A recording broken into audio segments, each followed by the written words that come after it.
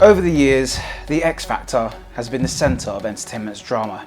For these 15 series, viewers have been brought to the edge of their seats, but not necessarily from the results alone. Tonight, you, the viewer, will get to see just how The X Factor ramps up the drama on results nights. It's time to face the music.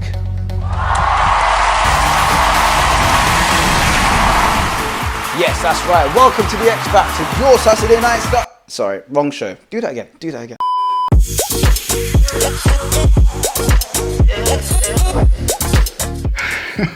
What's up everybody? My name is Fernand. This is Fernand's Live Show, the show where we look at all the cool, creative madness happening behind the scenes in live TV. Do you guys remember Saturday nights of the 2000s? Big, shiny, all singing, all dancing music entertainment shows, and how every series got bigger, shinier, and more dramatic than ever? One show in particular is of no exception, The X Factor. A singing competition, yes, with its fair share of winners and losers that became winners. All of this centered over a series of weekly shows that culminate in the winner. And as equally as dramatic as the performances are, so are the results. I want to take it to deadlock. The X Factor results show, which usually followed on the Sunday night, or some cases followed on the Saturday night directly after the main show, does everything in its power to ramp up the drama and suspense. This being seen especially in the intros of the show. After all, what's there to remind viewers that for the acts, their lives is literally in your hands. So join me as we take a look at how The X Factor prepares the viewer for a night of life-changing results, week after week. Is that dramatic enough? So, there's a formula The X Factor has when it comes to telling the story of what happened previously. The now almost trademark mix of epic heroic music, fast zooms of the singer spiked with lots of flashy transitions as they hold their note, and big, bold 3D text. Add some talking heads of praises, some criticism, and some disappointed faces. All this to wrap up the general gist of what happened previously and what's set to happen next. Oh, and we can't forget big voice in the sky man, Peter Dixon! Rachel Adedeji! It's loud, it's attention grabbing, it's effective, all to really nail the viewer to their seat, to really give a sense of how big this competition really is. Follow that with an equally bombastic title sequence and lights, it's literally a wall of sound. The definition of drama. But what's another effective way of driving up the tension, the suspense, all while nailing the viewer to their seat? Silence. Yep. Good old-fashioned quiet, with dim lights to match. It's an effective device in movies and programs to really grab your attention and hold it there, just before something else happens. Think of it this way, you're in the next room or nearby, you've been through all the loud and exciting adverts, followed by another loud and exciting sponsorship bumper, followed by a drop in sound. This pricks your attention, and then you see an equally serious looking Dermot on a dark and somber background. A show that's usually loud and colourful has a somber moment. What will I be told? What's happening? Just how serious is all this happening? These are all effective techniques to contrast the glitz and the glamour of the show with the gravitas of what's at stake. Reality TV or not, we're dealing with some life-changing results here. This style began in the 4th series back in 2008. Here's an example of this in action. Oh, and I must apologise for the quality of these clips. Full shows are pretty hard to find, and the good people of YouTube have got it saved for all posterity. Enjoy. Earlier tonight, the competition reached boiling point as these 7 acts raised their game and sang their hearts out. But no matter how good they are, one of them will be going home tonight. This is The X Factor, the result. And for the remaining acts, it's time to face the music. Here we see Sirius, not dancing Dermot, on a dark background which automatically evokes seriousness. He walks past the acts as they gaze into space, almost like an army lineup with a general inspecting them. The darkness of the set makes it feel as if we're suspended in space and time, and this is the bridge between reality and a glitzy fantasy world of such a show. The acts here almost seem a bit like dolls, taken out of the packaging, frozen and expressionless, ready for you to take control, which further in turn links with the control the viewers have of the show.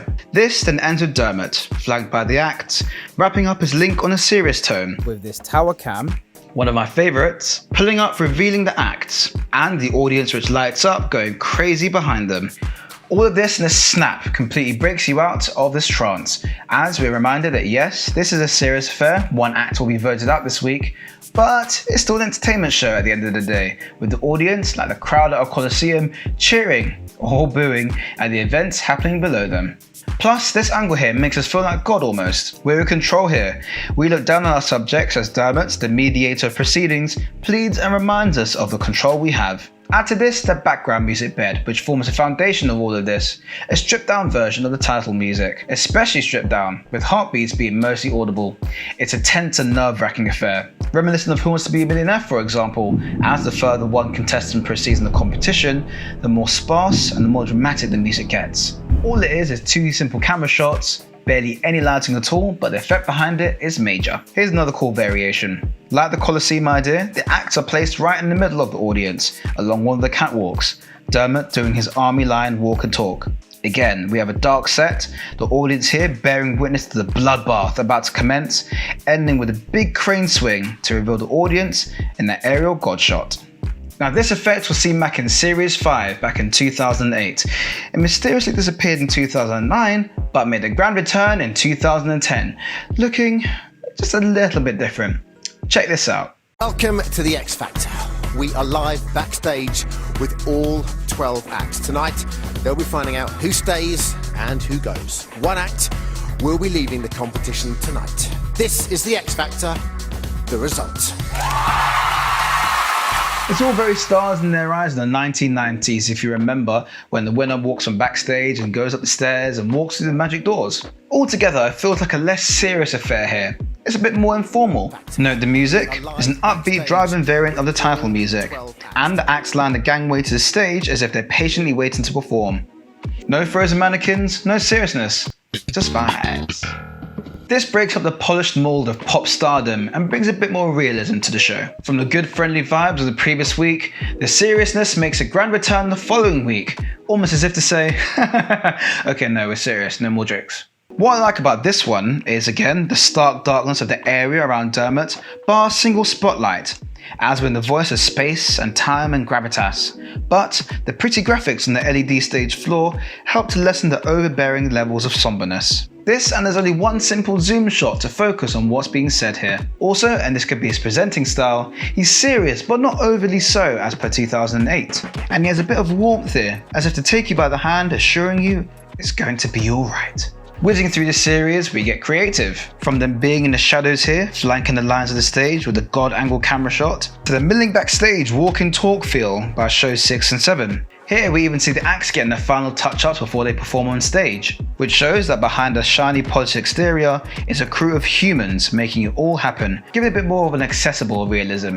Also, one thing I'd love to see, Conception! By Series 8 of 2011, the show really gets into its groove with this style, and at this point has my favourite incarnation of this dramatic cold open. Check this out. Last night, these 12 acts performed live on this stage. Tonight, the power lies with you. Your votes decide who's safe and who will have to sing again for survival. This is the X Factor, the result. I absolutely love this version. Let's break this down. Here we have the God shot. Once again, my favourite, which starts off showing off the big X on screen. There's a pause as the music begins to focus that attention, probably just long enough for the camera to talk towards Dermot, which I think is effective at setting that dramatic tone. Dermot speaks, and we're introduced to the acts in the trademark primed dolls and space style, lining the length of the stage, which I think is quite pretty. It's not stark darkness we're dealing with, but rather space and the vast expanse of just how big this competition has really gotten. What's also really cool is the lights in the background on the LED rig above the audience's heads, radiating, almost in time to the heartbeats, like a visual reference to it all. And almost in perfect symmetry, the final shot before the pre-titles, mirroring the first God shot, showing off the stage and its size. Whew, chills. This style was particularly effective and was used for the majority of the shows that series, and is a cool visual reference of showing the remaining acts as they whittle down from week to week. Now take that, no, not that take that, but Take that Godshot camera angle we had the Power Style and flip it on its head. By the time we reached week 4, it has this, which rather, instead of having the contestants look small, have them look rather tall and mighty. A bit like superheroes, something for the audience to aspire to. Looking over the dangerous city of X Factor Loserville. It's a dangerous place to be, man. Dangerous place to be. This is a nice little creative switch up on the producers to keep it fresh, and I think it's spot on. By this point, the big somber darkness had given way to new creative ways of introducing the results show throughout the years, with the Godshot and the Grand Pullout used in rotation. It's a funny word. But why not do a 360, as you'll see in a minute, and do things a bit differently, like this gem from 2012. This took my breath away when I first saw it. It's by 2D Cam and Hello Techno Crane doing a glorious 360-degree move with the acts, this time in a circle surrounding Dermot. Are they protecting him? Does he need shielding by way of big pop music numbers? The acts look serious here again, still as dolls or mannequins once more, but this formation into a circle is pleasing to the eye, all looking like bodyguards here to protect President Dermot. Editions in 2013, 2014 and 2015 utilised a various mix of these, which have by now become a standard fixture on the Sunday results shows. The drama at this point became less heavy and less gravitas filled and felt a lot more manufactured, a bit more jovial so to speak. The 360 shot made another appearance in 2014, and by 2015 with host Ollie Murs and the late Caroline Flack, the superhero lineup had become standard. Even in a few weeks the hosts themselves became superheroes too. This is the X Factor, the result. The dark set feelings came back in the semi-finals that year, all feeling quite mastermindy.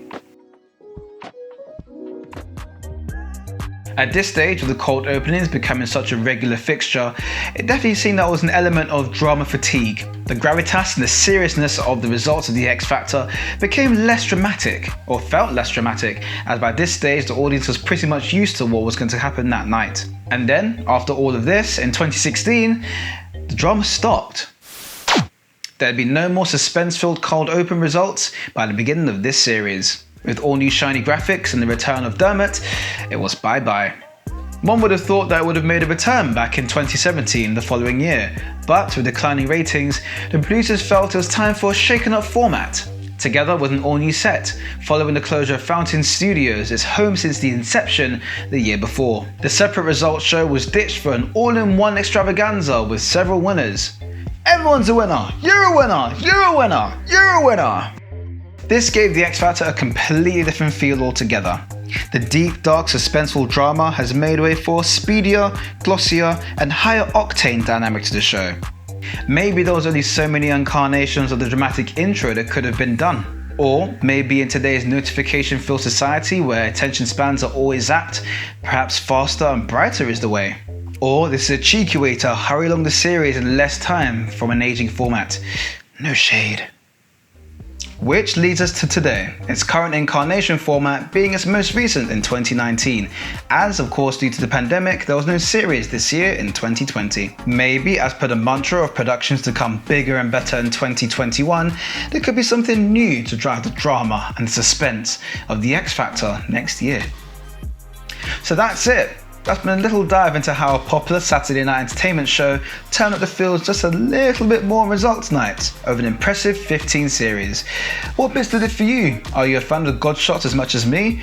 Or do you prefer to get rid of the tease and get straight into the action? Let me know in the comment section below. If you liked what you saw, give us a thumbs up, and if you feel so moved to find out more about the creative side of live TV, hit that big red subscribe button. Until next time people, hit record, stay live. Peace.